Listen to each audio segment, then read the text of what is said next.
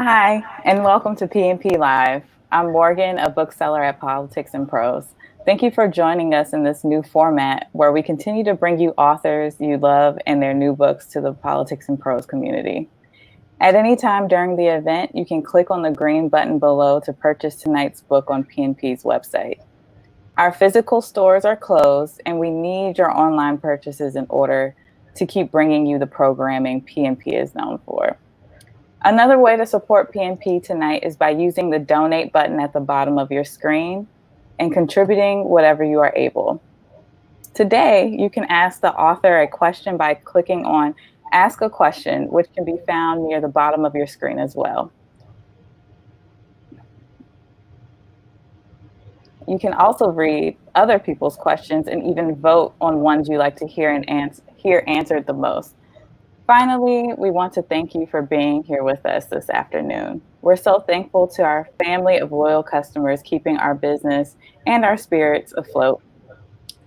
Lauren Francis-Sharma, former proprietor of DC's Writers Room and assistant director of the Bread Loaf Writers Conference, combines meticulous research with the accomplished storytelling of her first book, Till the Well Runs Dry, for a compelling narrative charting the intertwined histories of the Caribbean and the American West in her latest book, Book of the Little Axe. Francis-Sharma will be in conversation with Dolen Perkins-Valdez, author of Wench and Bomb. Now it is my pleasure to welcome Lauren Francis-Sharma and Dolen Perkins-Valdez to PNP Live. Hey, Lauren. Hi, Dolen. How are you? Good. I was telling you earlier that I wore a shirt in, commemoration of your book. And I was telling you how Ava said, my daughter, she was like, don't wear a farmer shirt, Mom. Don't wear a farmer shirt. Well, we're literary nerds, so tell her, get used to it, kid. Yeah, definitely. So I wanted to start by just saying I love the book. I thought it was so good. It was so lyrical. It was absolutely riveting and spell, but I felt like as soon as I opened that book, I entered a world, and I didn't come out of that world until I put the book down. So I loved it. Thank you. Thanks, Dolen. It's, I asked Dolen to actually be, in pairing with me, in conversation with me before she read the book. So the whole time I was like, oh God, I hope she likes this book. And I would be honest. So we talked about this. Yeah, brutally, yes. But it was just so what amazes me when you have a friend and you read something like that, you think this came out of her mind. I'm fascinated that you had this entire world in your mind, and I didn't know while we were hanging out. So let me ask you the question that everybody asks someone when a new novel comes out. They want to know why you wrote this book. And I'll just say that, I'm genuinely interested in the answer to this, Lauren, because you've chosen the late 18th, early 19th century as your context, the time when the British have just invaded Trinidad and are taking over the island from the Spanish. It's also a time when slavery is about to be outlawed by the U.S. Congress in 1808. It's a real fascinating moment. And I'm just wondering, what was the genesis of the book? Why did you choose this? Yeah, well, originally when I was promoting Till the Well Runs Dry, one of the interesting things that I noticed was that people had no real idea about the Caribbean and sort of the history of the Caribbean islands. And obviously, all the islands are, very different and were colonized by different countries. But Trinidad in particular has a really, as you mentioned, has a really interesting history in that they were settled by the Spanish, colonized by the Spanish. And then because the Spaniards actually didn't have inhabitants to come and work the land, they looked to other islands and brought over Frenchmen. And with those Frenchmen were or French citizens were free colored people as well. And so they brought those over. And then Great Britain actually ended up colonizing the island. And so then there was a whole other country, the English to learn, et cetera, et cetera. And I always thought this was a really interesting history for Trinidad, because, you know, there are people in Trinidad who speak French and speak Spanish and have Spanish names and French names. And it was just such an interesting melting pot. So I decided to sort of look back a little bit. And I knew that I wanted to try to tell something more about Trinidad, because, you know, I wanted to learn it myself. That's interesting, because I think there's some people out there who don't even know how to find Trinidad on a map. You know? And I'm not trying. It's right above Venezuela, like right there. Yes, it's very, very close to South America. Nobody in our audience, we all know where Trinidad is, but it's great to have this history and to learn something about this island, which is, you know, often people don't know a lot about. While I was reading your book, I was thinking about, you know, other books that put Black women at the center in this time period and in the context of Native tribe. And not just that put Black women at the center, maybe just a book by a Black woman author that puts women in the context of this time. And I thought about Lolita Tadamy's Citizens Creek that came out a few years ago. I also thought about Toni Morrison's A Mercy, which has the character Lena, who's a Native enslaved woman. There's this real fascinating history of Blacks and Native Americans. Some of it is not so savory, like we've learned recently about like wealthy Cherokees who owned slaves and then expelled them from the tribe, but some of which are love stories. And you've got a love story here. And I just wanted to know what motivated you to really look at that interaction between Blacks and Natives, and why did you choose the Absaluka tribe? Yeah, well, when this story actually first came to me, I was it's a kind of a weird story, but I was in the car and listening to Willie Nelson, and bizarrely, this story just sort of flooded. He was on NPR, and this story flooded my mind, and so I knew that there was something of a Western motif that I wanted to kind of dig into, like when this, you know, idea popped up in my head. But I'm not from the West, and it seemed really like an odd thing for me to explore. But as I began to research, I actually ended up finding a Black Native American man named Edward Rose, a real life character, and he was a guide for many of our famed Western explorers, but Edward, for the most part, has been lost to history. I did end up finding one historian who wrote a very small book about him, and so I got that book and I started to read, and I thought, this person is fascinating, this man. And he was part of the Absaluka tribe, the Crow Native American tribe, and so I knew at that moment that if I was going to anchor this woman from Trinidad here in North America, that I needed her to be with Edward. And so that then opened me up to like a world of Crow Native American, as much Crow Native American culture as I could find and learn. But what was Willie Nelson talking about? He was talking about like Texas, like yeah, he was winning the George Gershwin Prize.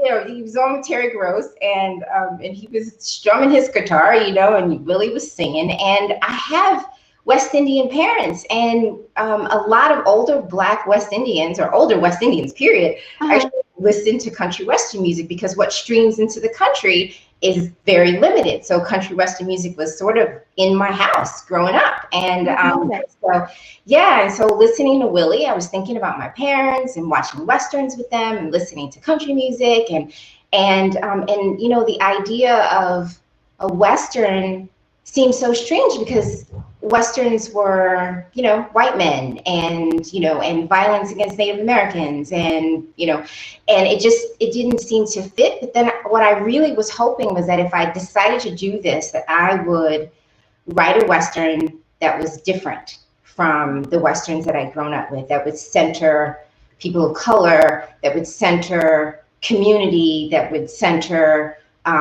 you know, a people, and not so much this sort of rugged individualism. And so, so that's sort of what I was really hoping to do. when I entered this Western thing. Yeah. Yeah, and I mean, I want you to get ready to read a little piece for us, but just to sort of, you know, let the audience know that the novel is partially set in Trinidad during this time period and partially set in the U.S. territories during this time period. And so we're going back and forth between these places and really understanding the bonds. But tell us what you want to read. I think I will tell you a little bit about Rosa, who's the protagonist, main protagonist in this story. She is, as Dolen mentioned, living currently in 1830, living in what will become Montana and Bighorn Mountain. And she's raising this young man, this young boy, and he's 12. And he's gone out for his quest, which is, you know, his rite of passage to become a man, and has failed at this. And so he's a little lost. And this is her son, and she's really concerned about him. And something tragic happens on the camp. And, you know, she decides that it's time to whisk her son away. And in the middle of the night, she takes him away, and they're on a trail. And so this is what happens, one of the things that happens on the trail. That night, as Ma slept and Victor kept watch over Martinique, Ma's favorite mare, it felt like a circle of fire had pestled itself into Victor's chest. He thought of home, his sisters, all that he believed lost to him, and felt his thoughts like a rope, its strands swelling and tangled. "Wake up, Victor." Ma was kneeling over him, shaking his shoulder. "You mustn't cry in your sleep like so." She seemed sore, like she'd seen something she hadn't wished to see. Victor rubbed his eyes, startled, before realizing Ma was upset with him. "Then when, Ma? When can I feel what I'm feeling?" Ma sat down, pulled her knees to her chest, and stared at Victor over the dying fire in a way she'd done only when she thought he did not notice. "I need to get back home," he said. "Your home is with me." "What does that mean?" The way Ma spoke was never plain, the words always masks. "What do you think a mother does, Victor? What do you think I am? A mother, not a mother, your mother. Your mother who drips the world into your mouth like milk from a teat, making sure the host is healthy, making sure you don't get too much or too little. How does that host get fed, Victor? I bring her grain, I fatten her up. You want the whole world? When you see how big and ugly it is, you'll wish for me to break it into pieces and feed it to you so you don't choke." "This is not Trinidad," he said to her. "I'm not a little boy in knickers eating tea sandwiches or whatever it is you dream about that place no one has ever heard of." Ma doused the last of the embers with water and settled back onto her mat. "You're a child." "A child?" Victor said. "Then it'll be a child returning home in the morning." In the days before his disagreement with Ma, they had alighted upon the Missouri River path. Its woodlands were thick with brambles and brush and fat rattlesnakes. They'd had to detour, for Shields River had bloated to impassable at each end, and mud had cascaded down the sides of the Elkhorns, trapping them to the east and to the west, until rain mercifully washed away some of the sludge. All this they had managed with aplomb, and yet it was upon Victor's return to his sleeping mat, after relieving himself, that he stumbled, like a little boy, onto a coiling, clawing branch that held on to his flesh, ripping it as though starved. "Victor?" Ma called out. He bit down in the pain and assured her all was well, but Victor couldn't return to sleep, and at daybreak his leg, from ankle to hip, bulged with fever. He racked the wound and wished not to have Ma mother him, prideful and too embarrassed to need her, but his fever raged. "Sickness has but one intention," he heard Ma mutter. A breeze blew and it sprinkled ice onto his cheeks as Ma propped her musket against a tree trunk. She scooped up his leg and set it under her armpit. The leg was plump and shiny. "What are you doing?" Victor thrashed and pushed Ma back into her musket, which tipped and slithered inside a brittle clump of leaves. Ma gripped his leg again as if it was a growing threat. She choked it with her clay pot and told it to quiet down. It was early the next morning, and still Ma suctioned Victor's leg, leaving a trail of bruised ovals atop the shining. By dusk, the shiny dulled, and Victor's head regained its weight, and when he could think clearly again, Ma shoved a cut of sheepskin into his mouth and sliced open his thigh until the blood stood raised and stiff like tomato seeds forced to applaud her. Ma lifted his head to the pouch filled with tea. Her eyes were shadowed, and she slouched like an empty, twisted sack before him. Drink up, she said. Is this your mama's tea? No, I don't have what I need for my mother's tea. Why don't you ever talk about your home? Because children use your words against you, like tea sandwiches and knickers. Victor grinned, but he knew he'd hurt her. The way you spoke to me, I would have never spoken to my mama like that, she said. I'm sorry. Victor watched her expression, trying to discern if she was open to another question, but could not be certain. Why did you leave home? He asked.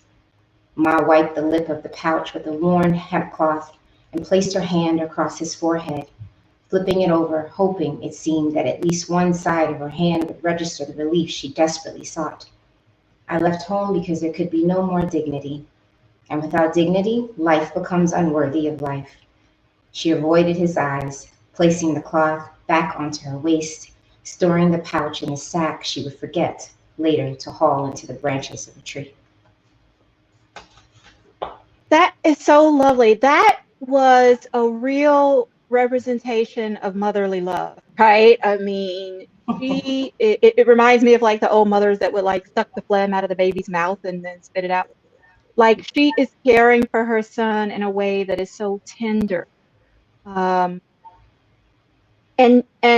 yet, you know, we know he still needs more from her, you know, it's kind of like as mothers, we know our children just need more and more and more. But I'm wondering about family in the book, because that's a perfect segue to that question. So in the book, you've got this relationship between Rosa, a mother, and her son, Victor. And every day she takes him out to the wilderness so that he can ask his questions and become a man. But you've also got the Rendón family in Trinidad. And I know we're going to be very careful about spoilers because this novel is an intricate puzzle.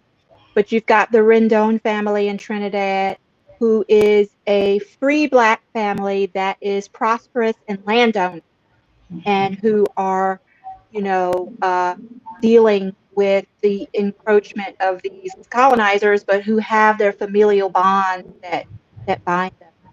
Can you talk to me about what you were doing with family in the novel? Yeah, I mean, this story is told because of Victor.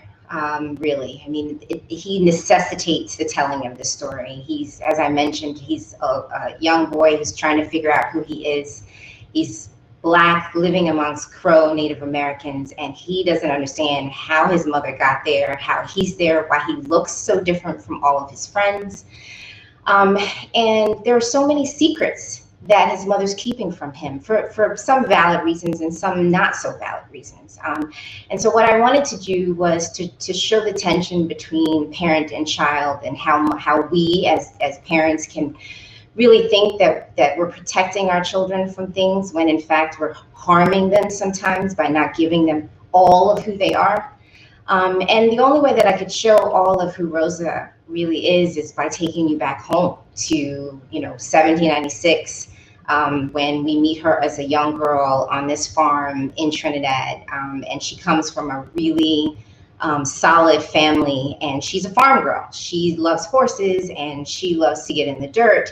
And she is beloved by her father, who, thinks of her as his son, even though he has a son, but he thinks of her as his son because she really, really takes to the land. And so I wanted Victor to know eventually that this is the people. These are the people he comes from. This salt of the earth, solid, loving family. Not perfect, but certainly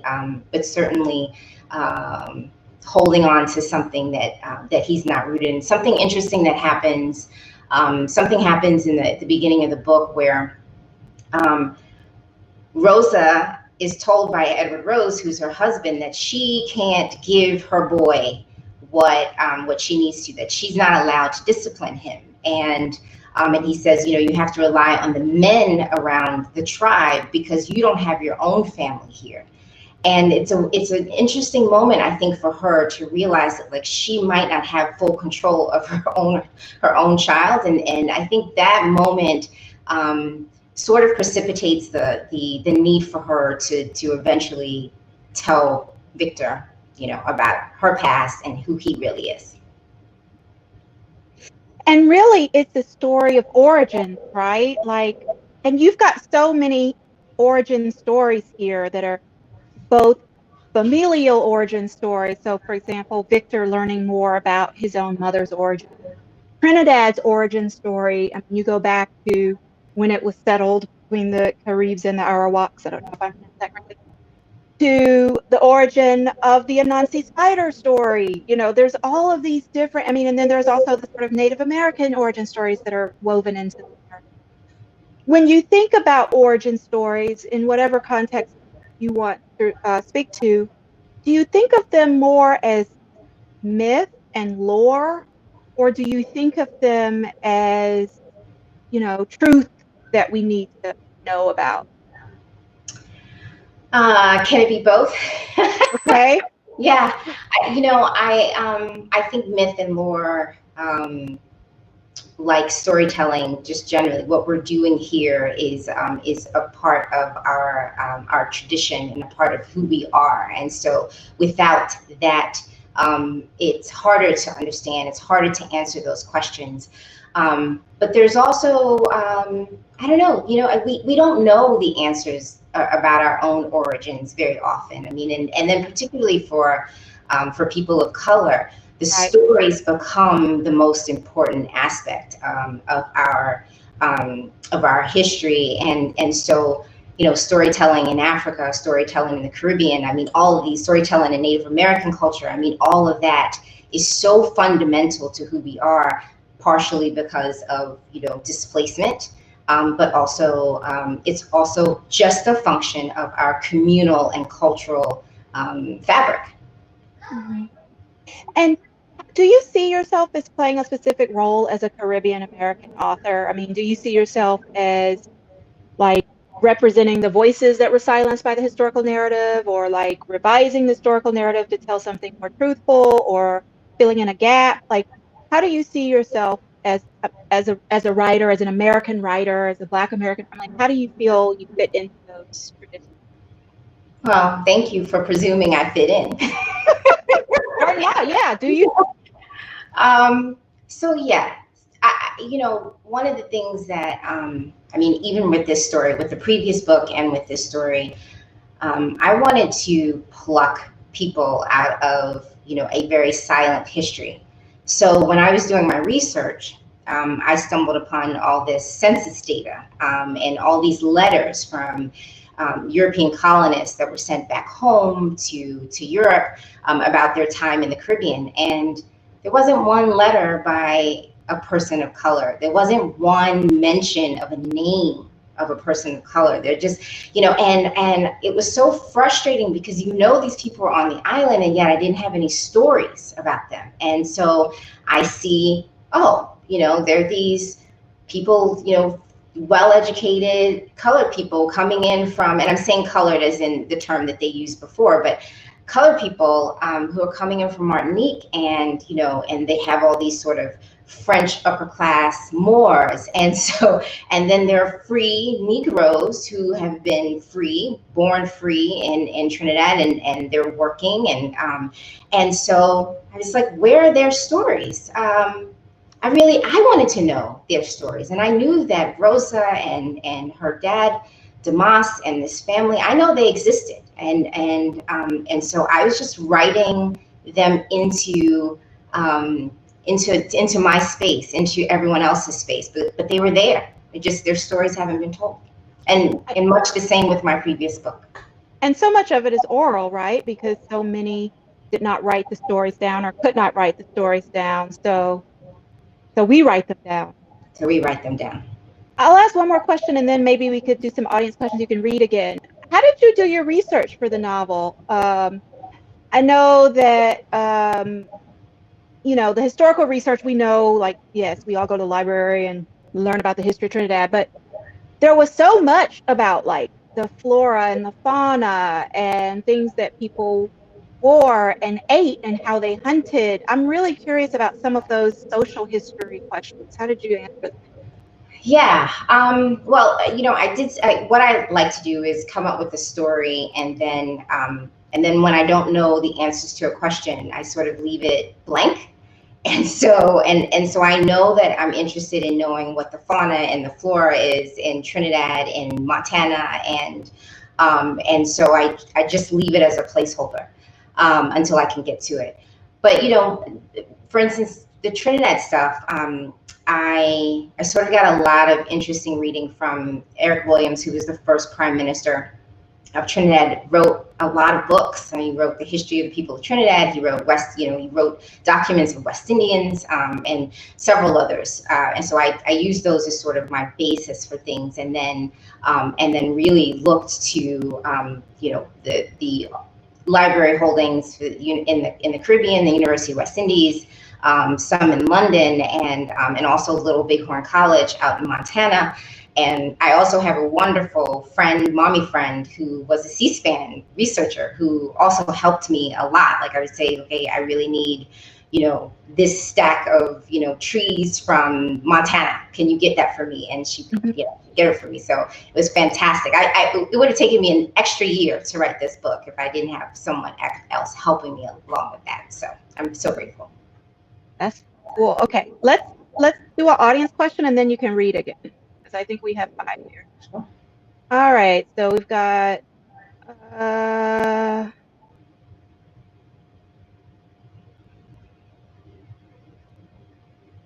says there's plenty of controversy and generative literary conversations about who gets to tell a story and how much claim any author can have to an experience. How do you approach origin stories, and what do you think authors must consider in their writing? Yeah. So I guess maybe starting with, like, what do you think about this sort of the authority to write something? Yeah, it's a huge issue, and it's one that scared me to death when I embarked on this story. And I was intimidated by it because I'm not Native American, and yet I was going to write this story that was somewhat set in amongst a Native American community. But I couldn't tell this story at this time, bringing a Black family into this world and having them be in Montana, and erase the fact that there are Native Americans there. So I decided, well, if I'm going to do this, I have to do it the best way I know how. So I did it sensitively, knowing as a Black woman that I've read books that have depicted Black women in ways that I didn't like, and I don't think was well researched. So I approached this very humbly, I think. I found Native Americans, particularly from the Absalaki tribe, who were really, really crucial to my development of particularly of Victor and this community. I went out to Montana. I did a couple of days on the reservation. I really trying to understand the culture, the history as much as I could, reading books, the whole thing. But ultimately though, this story is not a Native American story. Ultimately, it's about a Black family and a Black family who lived in this community, but it's still a Black Caribbean family, and that I know, and I didn't grow up in Trinidad, but I do know what it's like to have Caribbean parents, and so I have the authority for that part for certain, and the rest I just did, hoping and praying that I did not offend and hurt anyone or misrepresent a culture, because I worked really, really hard trying to make sure that I treated them the way that I would want to be treated. And I always say, like, humility and research go a long way. Yeah, definitely. So let's hear another part. Yeah, sure. I think I'll take us to Trinidad a little bit, and it is 1796, the year before the Spanish come, before the British come, and I'll introduce you to this family in Trinidad. Rosa Rendón, a child of emancipated Negroes, had lived in the former capital city of St. Joseph all of his life. He met Myra Robespierre in 1784 when she and her eldest brother Byron came to his newly opened shop to order a hoe. Within weeks of meeting, Myra and Damas were married, love an afterthought for both. This fact was no secret in their home. For Myra, the big man with nary an education was an escape from ill treatment by an oppressive family. For Damas, the tall woman with too much lip for her own good was excellent stock for his future sons. The two were not so much one as like a wheel and axle, both resolute that the other would be useless without the next. During their first years of marriage, Myra had polished out much of Damas's wedded finish, teaching him to read, offering him lessons on how to defer to others without losing honor, how to not only take pride in his ability to be more than one man, but to see it as an asset rather than a burden. And though Damas resented his wife's maternal tendencies toward him and her particular strain of Martinique haughtiness, he became certain that with her guidance and his natural talents, he would break through and achieve a success that at one time in his life seemed unattainable. Thus, by 1790, Damas had earned a reputation as the most masterful and accomplished blacksmith in the Lesser Antilles, affording him the opportunity to purchase 75 acres of land upon which he and Mama grew tidy rows of cacao, bred horses, and eventually built the home where they would raise their family. Now, it was Sunday afternoon, and the family sat upon the veranda with their afternoon tea. "You know what I heard in town?" Eve, the eldest daughter, sat on the top step. "I hear Senor Cardoza was at that Obia lady's house last week for quite some time." Senor Cardoza was Papa's occasional trading partner, a European who'd become a family friend of sorts. On occasion, Cardoza visited with Papa, but mostly they saw him at Sunday Mass with his wife and her pet pig that the priest refused to allow indoors. "Which Obia lady?" Mama motioned for Rosa to come to her. "The one with the dead husband in the house?" Papa shook his head at the nonsense that passed for conversation while Eve laughed. "He ate from that woman's pot? He doesn't know better?" Mama spread her legs and folded her dress inward to make space for Rosa. From her apron, she removed a hairbrush with a shagreen handle. Rosa shook her head as though she had a choice in the matter. Mama eyed her with incredulity. "I hear Cardoza already had taken a liking to her before she gave him the tea," Eve said. Mama pulled Rosa's arm and set her down upon the floor of the veranda so she could get a good grasp of Rosa's hair. "No," Mama said to Eve, "that woman must have given him something long before. You seen her? Only Obia could cause such a thing. Cardoza thinks too much of himself to be with that ugly woman. I hear he come from our house wearing some too short bitty-bim trousers inside out. The seams his wife restitched and the patch in the crotch there for everybody to see," Eve said. Papa peered beneath the shadow of his hat brim, expecting Mama to admonish Eve, but Mama only chuckled. "Eve." Papa's face was grave, the lines at his eyes webbed. "Papa, I only tell him what I hear." "Myra, is this the kind of talk you're encouraging from a young lady?" Papa said. For a few moments, Mama said nothing. She brushed Rosa's hair with long, maddened strokes while Papa seemed to relish the dampening effect he had had on her. Then Mama rested the brush on Rosa's shoulder. If men didn't have so many dirty secrets, Eve would have nothing to speak of. So then, a few minutes later, Cardoza shows up to visit, and the children and Mama are sent inside by Papa, but still they decide to eavesdrop on this conversation that Papa is having with this European friend of his, Cardoza.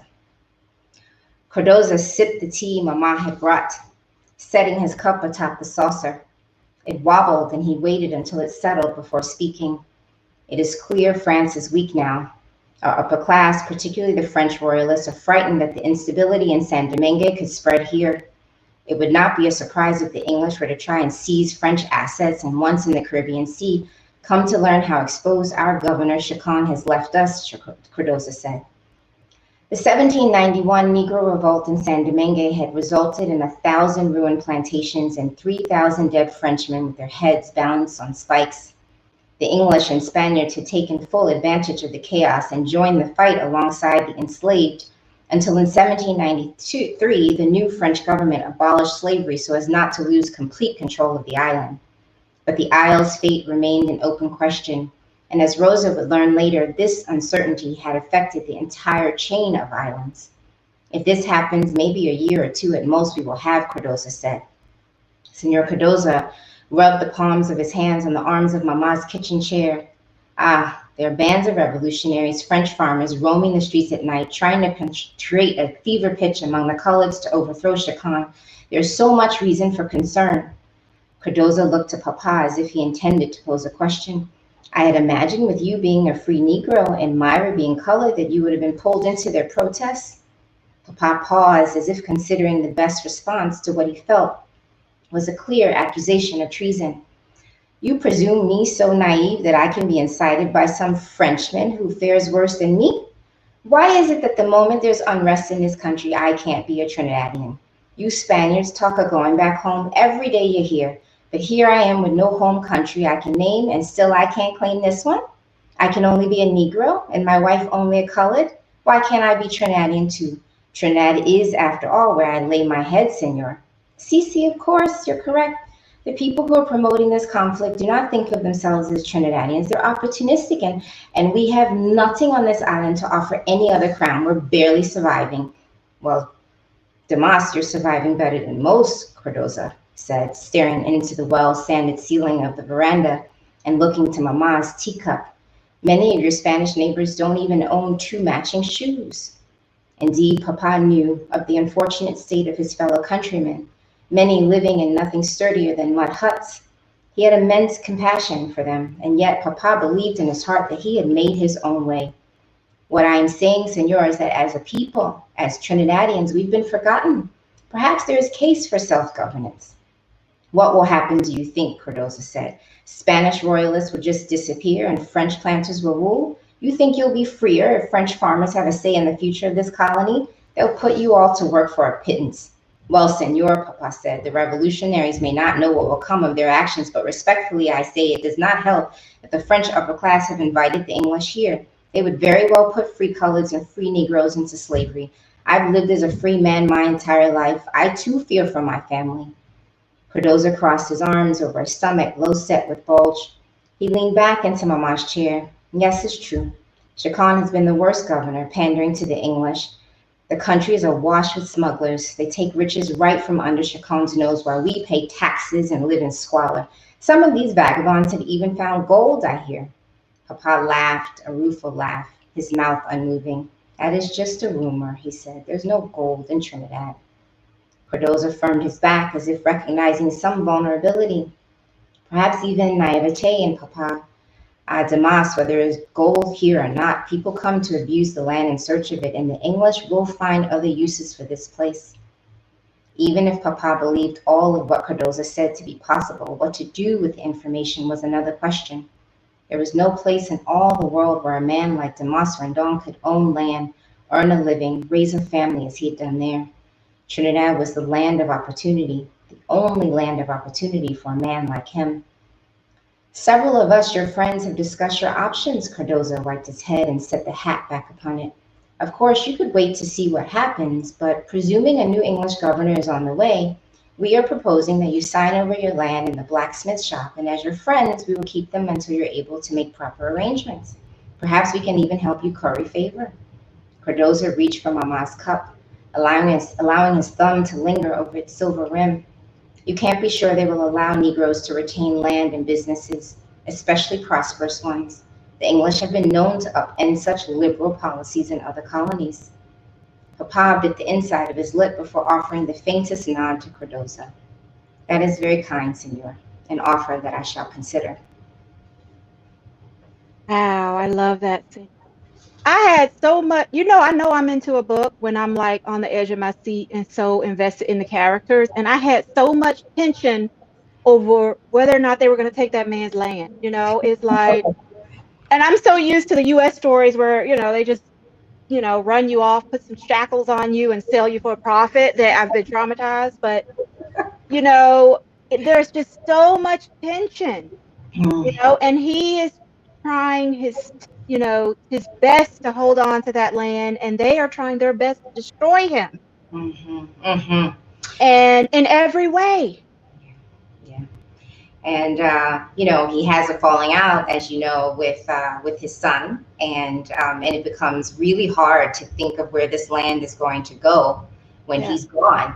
He's got these 2 girls, these 2 daughters, and legally he can't give this land to these girls. And so who will take this land? Who will take this land that means everything to this man? And it is frightening because the laws are changing right beneath his feet.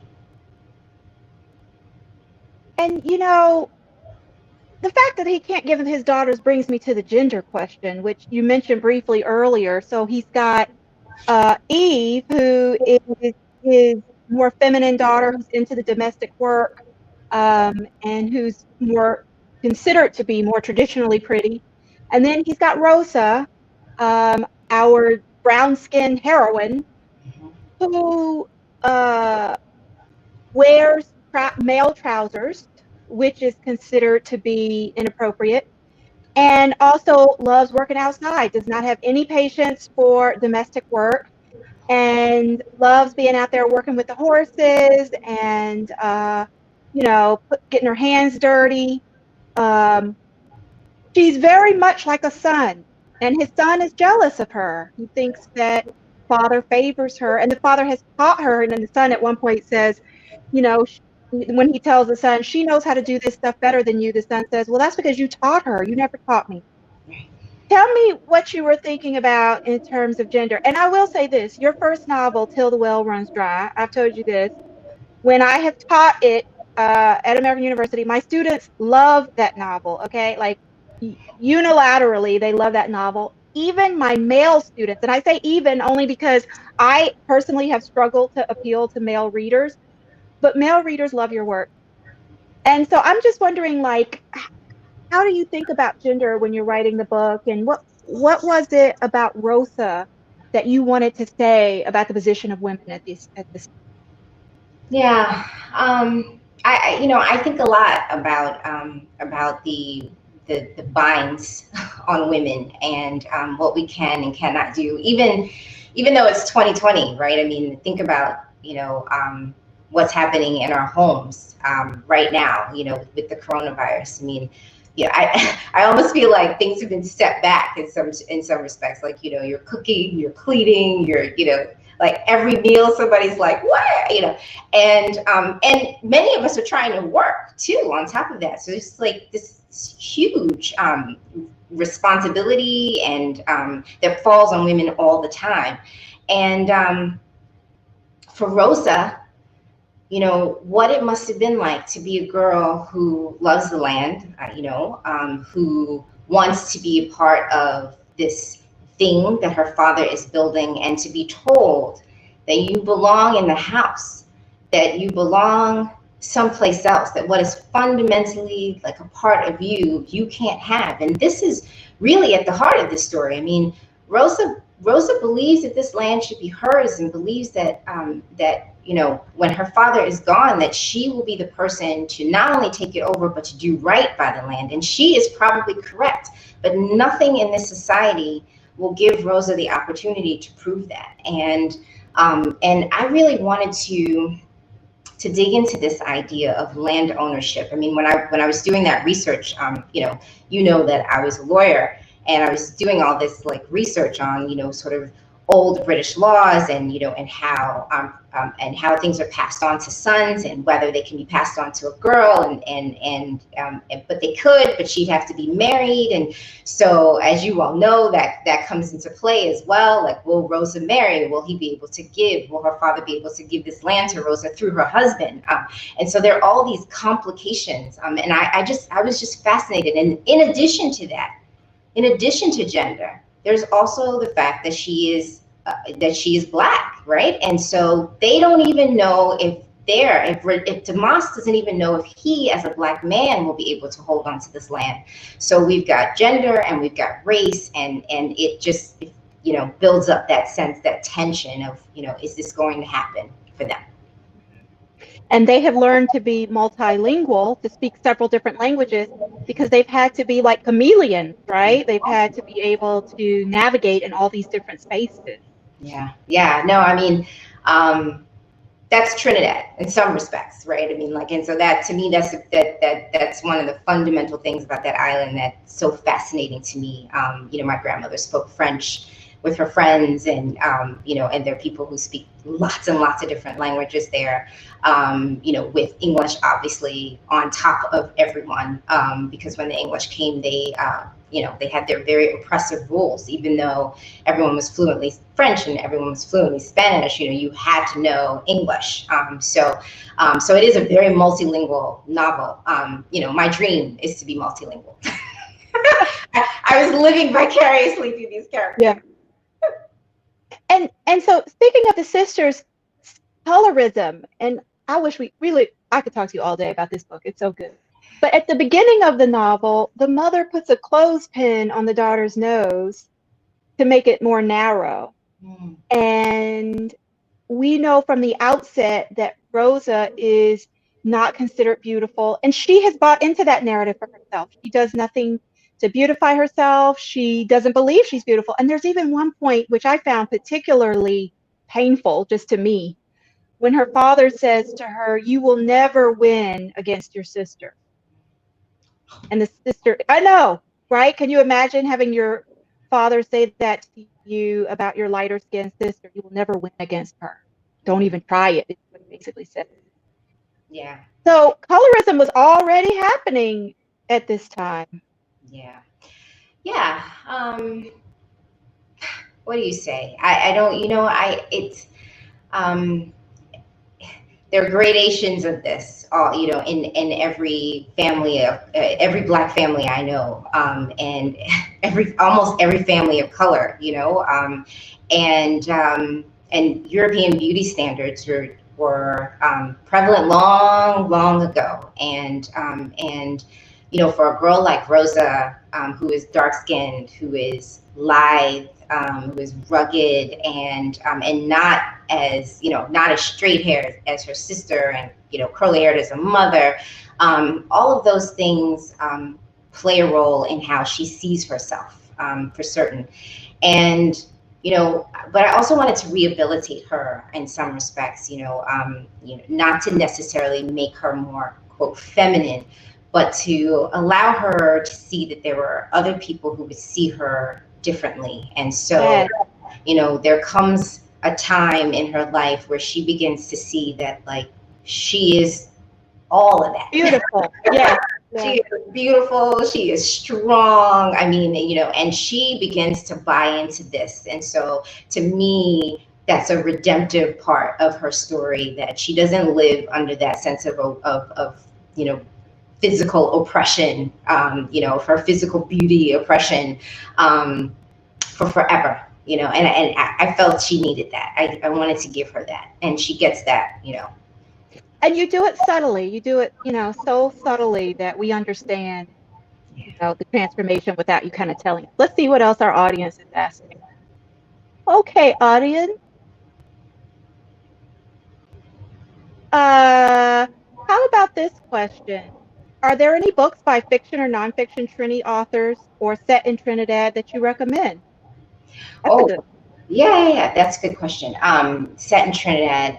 Well, Elizabeth Nunez is one of my favorite Trinidadian authors, and she's got a number of books set in Trinidad, and she has a memoir which I'm blanking on the name right now. But anyway, I love her, and I love her writing, and she's her craft is perfect. Other Trinidadian authors, Unya Kempadu, Dion Brand, they're just and to me anyway, I tend to be more attracted to Caribbean women authors, because I feel like they're pulling back a lot about Caribbean culture in their stories, and particularly the role of women in the Caribbean and here as well. And Crystal Cital wrote a wonderful nonfiction book. And I'm sorry, but I'm blanking, but I love that. Okay. Yeah. If I know that question is coming, I've written this one. Here's a really good question, Lauren. This person says, I'm so inspired by how you're writing into and against a genre, the Western, that is assumed to be a white American genre. Did your confidence ever falter when approaching the genre, or were you not thinking about genre at all? That's a great of course. Yeah. No, my confidence was definitely, I was actually at a writing retreat, a residency, when I wrote most of this book, and I stayed in this little cabin, and I would go up to the house and have breakfast, and I'd rush back to my cabin. Well, one day I was coming out from dinner, and a very famed artist, I won't say who it was, said to me, "So I hear you're writing a Western." And I was like, "Yeah." And he's like, "Well, have you read Cormac McCarthy? Have you read, and he Lonesome Dove?" And he starts naming all these like Western genres. I'm like, "Yeah, I have." He's like, "Well, do you even know what a Western is?" And I was like, "What?" But like in the moment, I actually didn't say anything. I was just sort of like, well, yeah, and then I was like, well, do I know what a Western is? And then on my walk back to the cabin, I realized, oh, right, he's saying that I can't write a Western, that I must not understand that this is not mine to do. And I got back, and like he lit a fire under me. Like I went back and I was like, I'm finishing this darn book. So like the worst thing he could have done for me, right? Well, the best actually. But yeah, so I certainly questioned, whether I could do this, and whether I, whether there was even a market for this. I mean, like, she's a Black woman in Montana, like, what? From the Caribbean, like, but when this story came, it felt so perfect in the way that, like, it was all, I mean, not that I executed it perfectly, but in my mind, it felt right. It felt like this was all a possibility. I mean, people were moving, which is so interesting. Like, people were really moving across these lands. They were in seas, and they were exploring, and they were trying to find their place. There were people coming from North America into the Caribbean to find gold, to find riches, to find this, to find that. There were people moving back up. I mean, there was a lot of movement, and then even with enslaved people, right? I mean, what I didn't realize was how indigenous people had been traded in the same way that Africans had been traded up and down the Caribbean. And so, a tribe in Trinidad someone from that tribe could end up all the way up in Jamaica.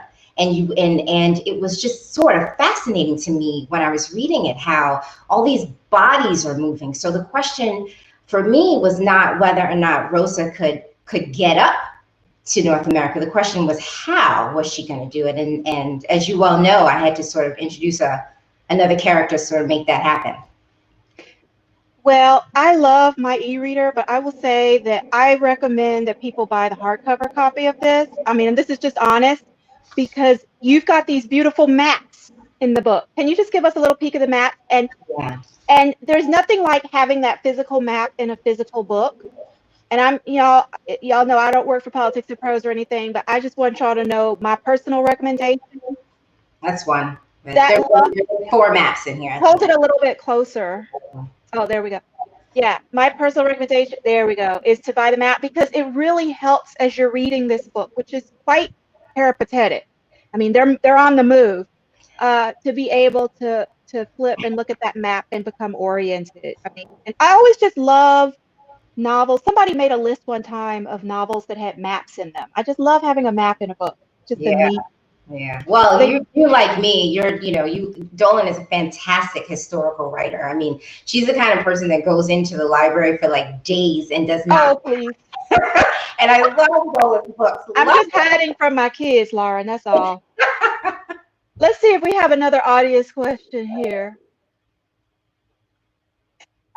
Given the importance of the stories in Little Acts, what role do you think stories will play in our current situation? And what recommendations do you have to help all people tell their own stories and make sure they don't get lost? Nice question. Yeah, that is a good question. I mean, first of all, how much Netflix can we watch, really? Like, we've got to be able to like do something that that takes us away from this current crisis. I mean, what we are experiencing right now is really serious and grave and heartbreaking. And I don't know when it's going to end.